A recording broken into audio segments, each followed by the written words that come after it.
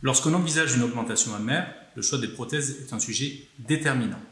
Beaucoup de patientes sont bien informées sur les différents volumes des prothèses. Les volumes s'expriment en centimètres cubes, qu'on appelle cc, ou millilitres, ce qui revient strictement au même. Je vous renvoie à vos cours de primaire. Pour le même volume de prothèse, on peut avoir des rendus très différents. Et ça dépend des dimensions des prothèses, c'est ce qu'on va voir maintenant.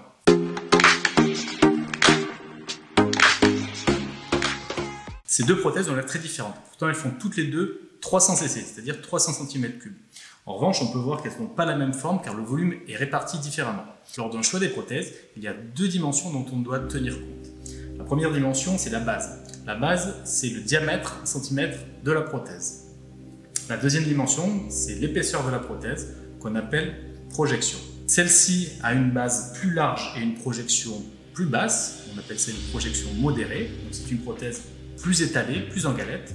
Celle-ci a une projection plus importante, elle est plus épaisse avec une base plus réduite. C'est une prothèse un peu plus en boule. Ces deux types de prothèses sont des prothèses rondes mais avec des formes différentes. Il faut comprendre que ces deux prothèses donneront à la patiente le même volume final, c'est-à-dire la même taille de soutien-gorge. En revanche, le rendu sera très différent. Une prothèse avec une projection faible, une projection modérée, va donner un sein plus large avec un décolleté plus plat. Au contraire, une prothèse avec une projection haute aura tendance à donner un décolleté plus marqué. Mais alors, comment se fait le choix des prothèses? Il faut savoir que c'est un exercice qui se réalise à deux entre le chirurgien et sa patiente. D'abord, le chirurgien va mesurer votre base mammaire à vous, c'est-à-dire avec un petit instrument, un pied à coulisse, va vous mesurer la base de votre poitrine. Généralement, le chirurgien va vous sélectionner une prothèse dont la base correspond à la base de votre poitrine. Ensuite, il y a deux cas de figure. Soit le principal pour vous, c'est le volume. Vous avez un objectif de volume. Cet objectif de volume, il va être déterminé par exemple avec des essayages. Et bien à ce moment-là, le chirurgien va adapter la projection du futur implant pour faire correspondre la base au volume choisi. Je ne sais pas si vous me suivez. On a la base, on a un objectif de volume et on va choisir la dernière dimension, c'est-à-dire la projection, pour arriver à ce volume. Dans le cas contraire, il arrive que des patientes préfèrent le rendu, c'est-à-dire la forme du sein, ou un rendu naturel, ou au contraire un décolleté très pigeonnant. À ce moment-là, le chirurgien mesure la base, choisit une projection qui va correspondre au souhait de sa patiente, par exemple une basse projection si la patiente veut un résultat très naturel, avec un sein plutôt plat, et le fait d'avoir ces deux dimensions, la base et la projection, va donner le volume de la prothèse.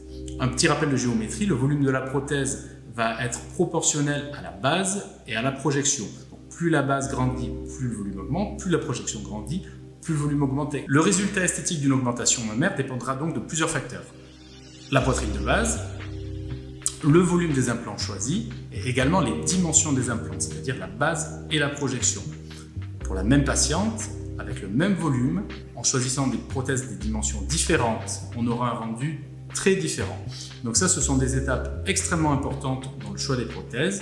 On reviendra sur ce sujet car il y a beaucoup de choses à dire. Maintenant, vous comprenez un petit peu mieux que tous ces paramètres, le volume, le naturel, le rendu, etc., sont des paramètres qui ne sont pas indépendants. C'est comme si c'était des petits curseurs. Quand on en monte un, l'autre va descendre. Quand on va le redescendre, l'autre va remonter, etc.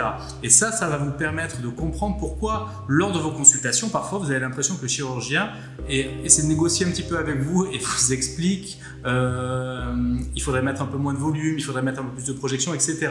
Il ne fait pas ça pour vous embêter en fait. Il fait ça parce que lui, ce petit exercice, il l'a en tête, il a l'habitude et il essaie de vous expliquer sans forcément rentrer dans tous les détails anatomiques et géométriques, de vous faire entendre l'idée que l'implant que vous aviez en tête, que vous étiez imaginé, n'est peut-être pas le plus adapté sur vous et vous donnera pas forcément le plus beau résultat. Vous comprenez également que le choix de la prothèse et de ses dimensions va conditionner le résultat final.